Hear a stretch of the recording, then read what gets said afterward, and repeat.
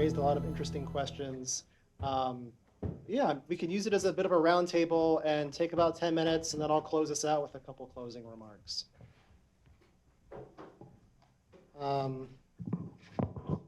Yeah, and I guess people online, let me do this real quick. Let's see, I'll move the pin so everybody is there. Yeah, so I don't know, we could start off by just thinking about, are there any questions that you all have for each other? And actually, sorry, I'm jumping around. There was one question that came up after, it was in between Robert's talk and Chris's talk that I want to make sure we get to. And so it's from Michael, and he was talking about, I think it was an implication of Rob's talk with like the moral reframing and the valence part about how it was sort of negative, like framing certain kinds of actions as like un-American.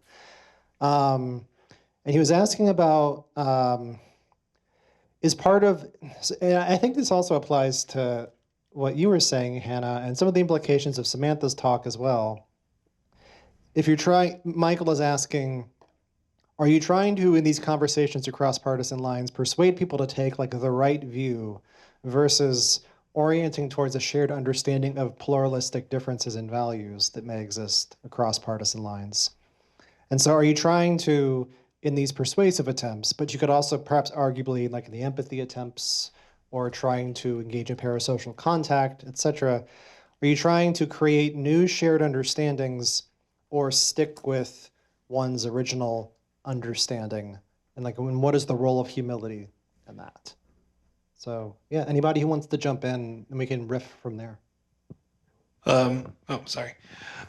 So I actually get a little bit of pushback from this from other mentors of mine in health communication field, because there is this tension between health communication and public health is oftentimes thought of as purely factual, and the way that we have dealt with moral disputes to public health initiatives, such as when the HPV vaccine became available, has been in kind of like ignoring it or reframing it to not be concerned with a moral thing.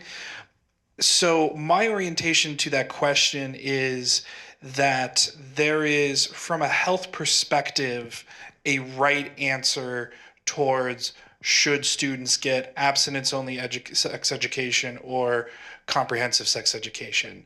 From a health perspective, it's been demonstrated multiple times in multiple studies that comprehensive sex education has objectively better outcomes than abstinence-only sex education. So in my attempts to use moral reframing, it is perhaps unfortunately the latter, to say there is this kind of objective thing that we're trying to persuade towards, but I think it's more of a, how can we use this to potentially start speaking a similar language to people, to both communicate what we view as facts, but also to understand what their objections are. So I hope that answered the question. Great. And yeah, Janet?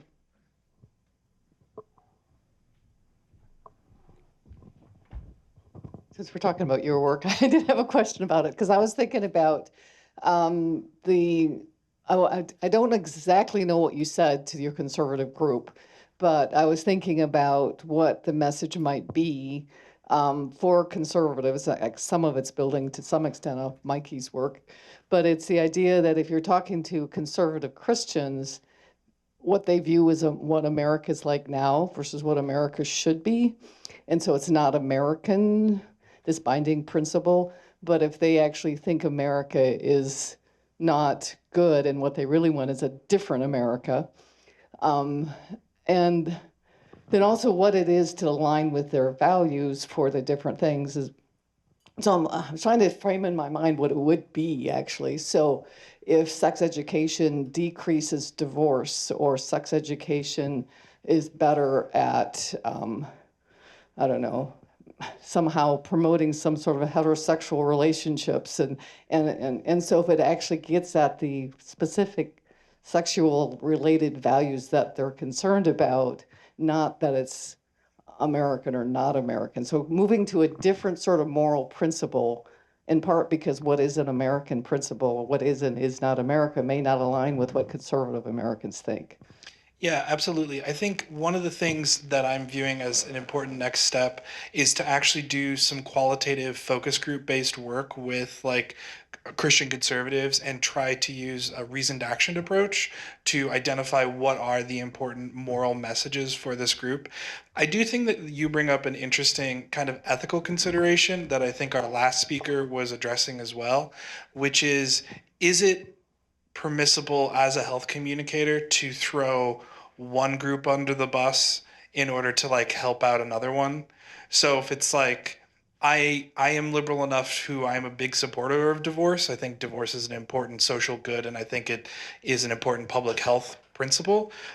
Is it useful to say to a group of Christians or Christian conservatives, hey, we might be able to decrease divorce rates if we adopt comprehensive sex education?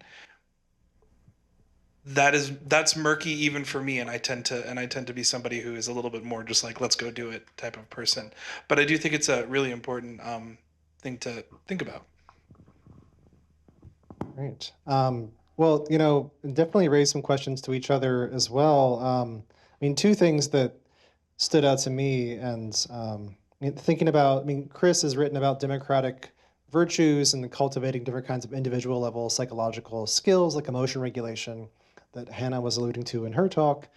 So I'm trying to think about how do we consider, yeah, the empirical and the normative ask of what we when we encourage people to empathize, but also within the broader context of many of the other talks. So thinking about from Joe's talk, perhaps the within person, like challenges of thinking about what affective polarization means from a within person context, but also with your work on between person persuasion attempts, and also Samantha's work on meta perceptions and trying to engage in parasocial contact.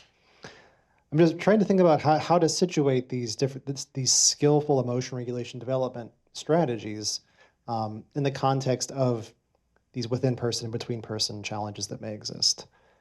So I don't know if Mark or Samantha or Joe or Hannah or anyone else in the room, Dan, have any thoughts about kind of things that your reflections you may have after hearing each other's talks. So I'll say something in part because all these other people did hard work today and gave actual proper talks, and I sat in my office and listened to you all. But the one of the things that I was curious what other people would think about this is I was thinking about this as I was listening to Chris's talk. And one way to listen to his talk is that we shouldn't worry about or even really bother trying to get along with Republicans if you're a Democrat because they are just not playing the same game. I know I'm saying that stronger than I think he means it, but that's one way you could listen to, especially the latter half of his talk. But the other way to think about some of the same polling data he presented is that, yeah, there's some percentages of Republicans who are highly supportive of violence. That's probably rough to compromise with, but there's many people who would be Republican and would be open to a variety of other approaches. And I guess I'm trying to think through, like maybe when we're thinking about these empathy building approaches, or even the consequences of effective polarization or how the media influences us and so on, if maybe when we're thinking about trying to reduce the problematic aspects of this, maybe there's just certain targets of these interventions that we should be more or less focused on. And I guess then if that's the case, then I guess I'm curious, like how do we best identify who those and what group of people those are and bring them into our interventions? I'm curious if anybody has any thoughts about that. I actually think that's a really great point. I've thought a little bit about that too. I think there's a tendency, I'll count myself in this category, to think about like the extremes and think about like worst case scenario. We have like the most polarized folks and there are really interesting historical examples of things working in the most extreme cases. Like I love, and I've thought a lot about that Ellis Atwater the C.P. Ellis and Ann Atwater case in North Carolina with a Klansman and a Black civil rights activist coming together. But I think, like to your point, there may be something to be said for focusing on more moderate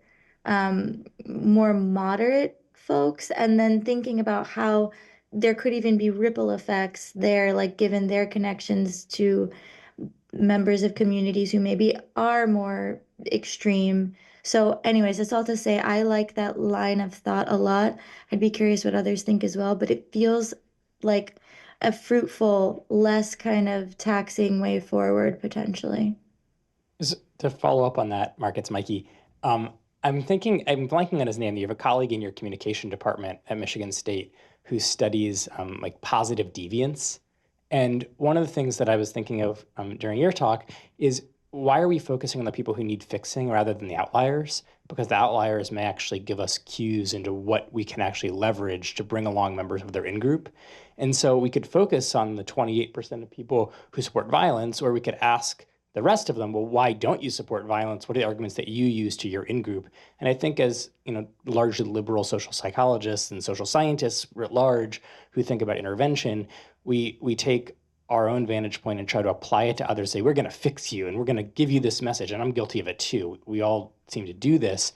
And it seems maybe hubristic to think that we can take a very brief intervention we're going to deliver in an online survey with an opt-in panel that we paid to take something, and we're going to be able to bring about this big desired change. And if instead we actually empower the outliers in their own community to become the message conveyors of things that work in their community, my guess is we'd have a lot more success. And as just one quick example, related to public health, one of the big issues in Orthodox Jewish communities right now is resistance to measles vaccines. But there actually are Orthodox rabbis who run Jewish schools who say we actually have to get our kids vaccinated. And they're the ones who are having the most effective change and pushing forward legal arguments and pushing those interventions. And so maybe we're not the right interveners, and maybe we're not even the right ones to conceptualize the interventions to bring about change.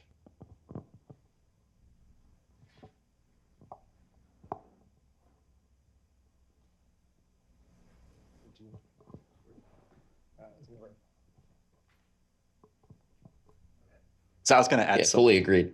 Oh, sorry. No, go ahead. I was just going to say, fully agreed on Mikey's point. I think we're at a juncture where whatever happens, this has to be an intra-Republican thing. And I very much see the current issues in American democracy as an intra-Republican Party conversation. It also has to be, I think, structural. And I would like to kind of see something clarified as to what exactly we're delivering when we're delivering an empathy intervention.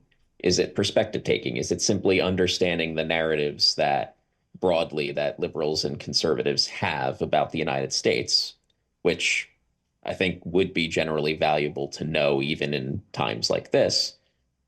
Or are we talking about empathy as inclusion of the outgroup in the self, which could have dicier consequences when one side is not adhering to democratic norms and seems indifferent to their side's attempts to circumscribe them?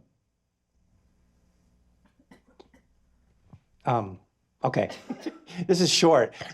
Just in terms of the idea of bracketing either the conversation topic or the conversation partners, our colleague John Gassel in Cass studies juries, and I asked him whether or not juries are still operating, and he said as long as they stick to the topic, they're fine, but if they don't, all hell breaks loose.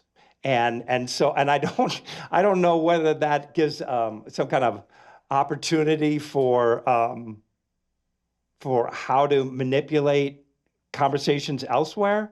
But it is true that if you can get folks to focus on a common problem and ignore the externalities, it's more likely that they can get there. And that is an opportunity for building trust.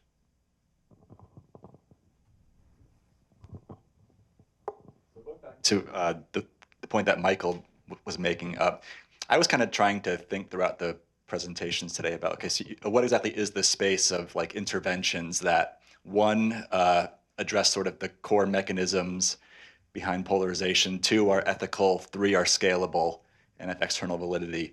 And I sort of, the presentations all sort of even increase the number of like perceived challenges and roadblocks to those kinds of interventions, even beyond what I had expected, and sort of left me thinking whether, something that we haven't really talked about much is like, there are like institutional reforms or political reforms that can just sort of directly target, like, change the incentives that office holders have for how they campaign, how they communicate, and the potential for elite polarization to like trickle down to the masses. And I just think of something like, some states have actually adopted like ranked choice voting, and as a result, like Alaska has more moderate Republican senators than other similarly red states do. And these things are achievable, and it can be framed in a relatively nonpartisan way.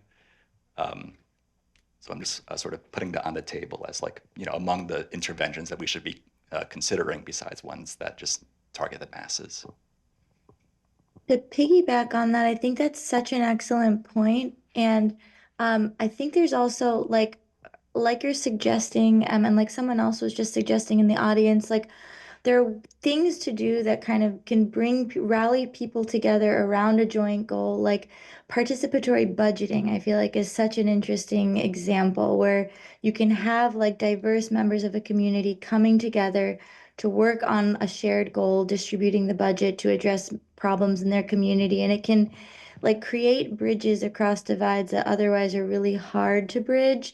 And it can do it in a way that doesn't necessarily have to flag all of the warning flags that can otherwise then raise all of these issues. It's not unethical. It's not even explicitly inviting anyone to empathize, but you might think there are ways that those things kind of happen organically in those spaces when a common goal is being pursued in that way. So I agree. And the ranked choice voting thing is a great example. Anyways, yes, totally agree.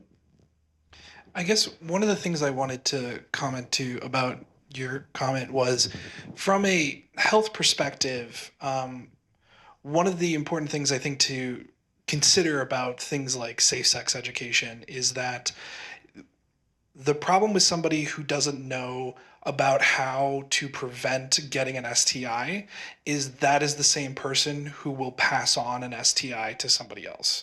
So when we think about these health initiatives, I absolutely am very sympathetic to kind of the notion of like, well, we might not be able to fix them, we might not be able to do anything about it. But what really struck me from kind of my looking at moral oppositions to health initiatives is how the moral opposition to health initiatives very rarely end with that community. They always spiral right now. For example, the measles epidemic in Texas, there's a lot of belief that that's going to be statewide by the summer. And so while I am again sympathetic to that notion, I do think that there is a kind of like empirical drive to be able to say that is an incorrect thing that you believe that you have, and we need to find ways to talk to you about it that hopefully if they don't move you, maybe they move your neighbor, maybe they move somebody else in that direction. That's at least my orientation currently, but I am a fourth year grad student, so I'll be interested to see what my orientation is here in a couple years. So, but yeah. I agree. I think the problem is the who's the we.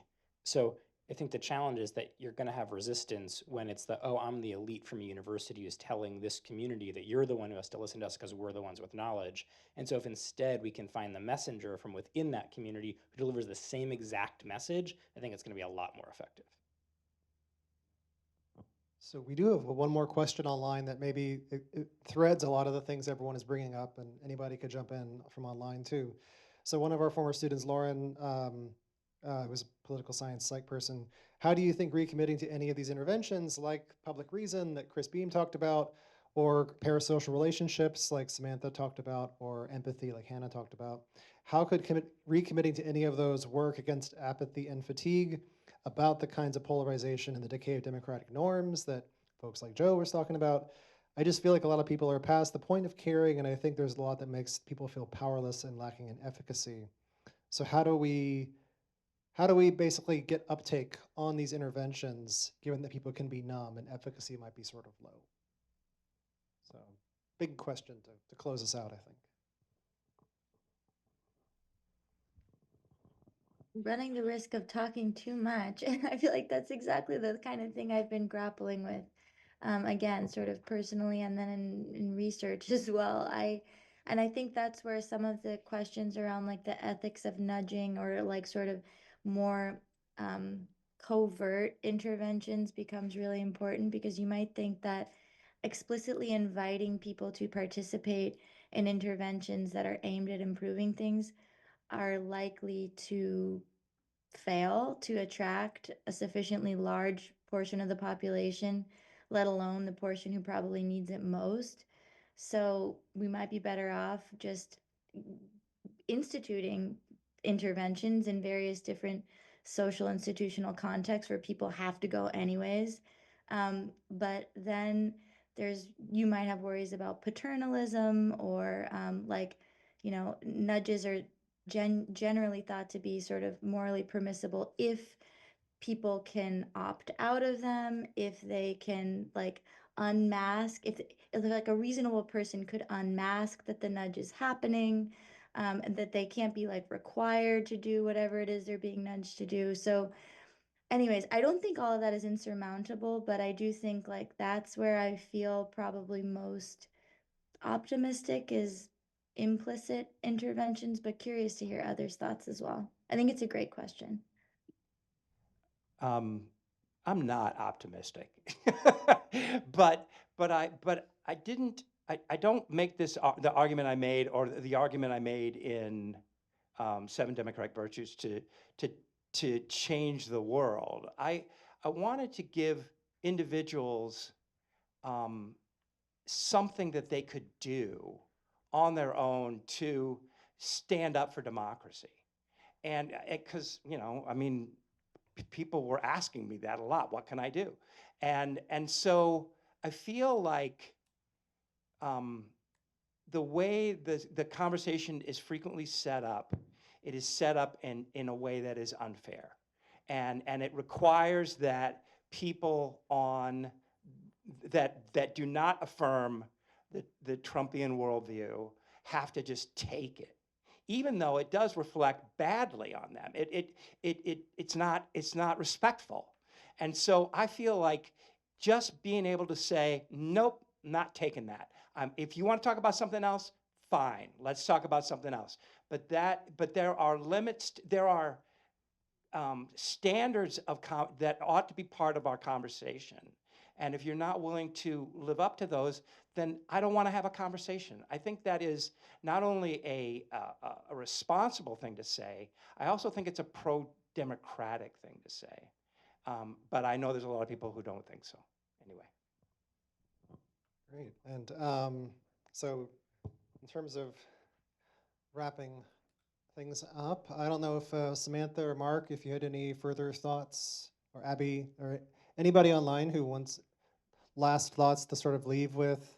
I have a couple of last brief concluding things to say, but I don't know if any of you had some thoughts as well.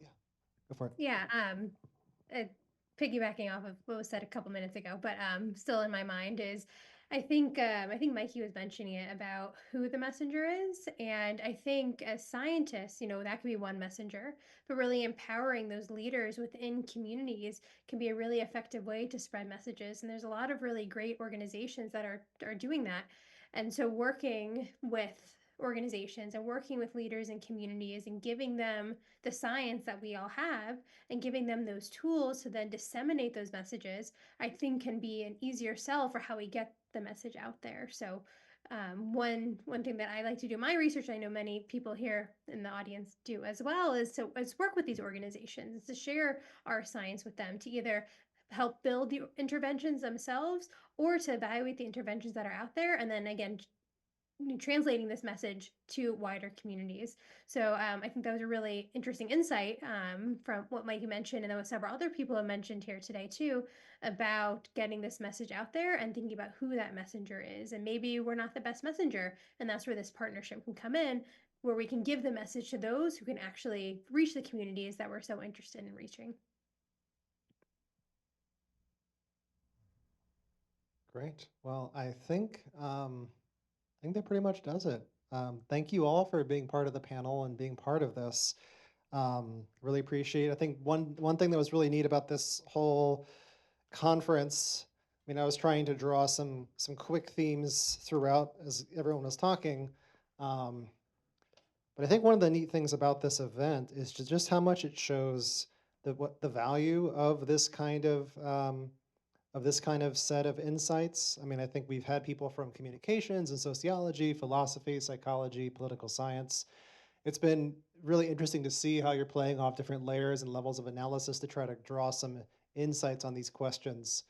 I mean, as I was trying to think about, I mean, I've written about this before and thinking about like why choosing empathy may or may not be good or bad for these democratic problems and polarizations we find ourselves in.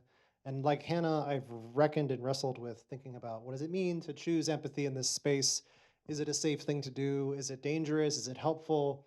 Is encouraging cross-partisan empathy like helpful in this case, or is it instead worthwhile to try to cultivate empathy for the marginalized and folks who are being targeted and more at risk? So I'm there with you trying to think about the role of things like emotion regulation and other sorts of dynamics that might play a role in some of these outcomes. And as I think about some of the themes from today, just how do we balance moral conviction with moral pluralism and seeking civil dialogue? Like, how do we encourage cross-partisan conversations while at the same time not losing our sense of our convictions and seeing how those play out within belief networks or in cases of hypocrisy? Thinking about whether moral reframing is helpful, whether it works and is effective, or if it backfires. How do we think about our information ecologies through things like news exposure, both actively, like Billy was talking about, or more passively, like Chris Skirko was talking about? What is the role of specific emotions? So anger, hope, contempt, empathy, and the perceptions thereof, or parasocial contact. How might we think about choices to seek out extremism in terms of the candidates we choose and in terms of the ideologies and the nationalisms and identities we adhere to? And then I think this last conversation for me has been one of the most fascinating, though of course they're all fantastic for their own reasons. But how do we think about this normative ask? When you ask someone to empathize or cultivate moral emotions in this space, I think that last question was really a nice one for forcing us to kind of wrestle through just how challenging that can be. So I want to thank our supporters, College of Liberal Arts, Department of Psychology, Philosophy, McCourtney Institute for Democracy, Social Science Research Institute, the Rock Ethics Institute, all the institutes, Penn State more generally. And yeah, we're hosting some more events later in May, but it's been fun to bring this back, this hybrid format back, and thank you all for being part of this. Let's go eat. Thank you. Enjoy.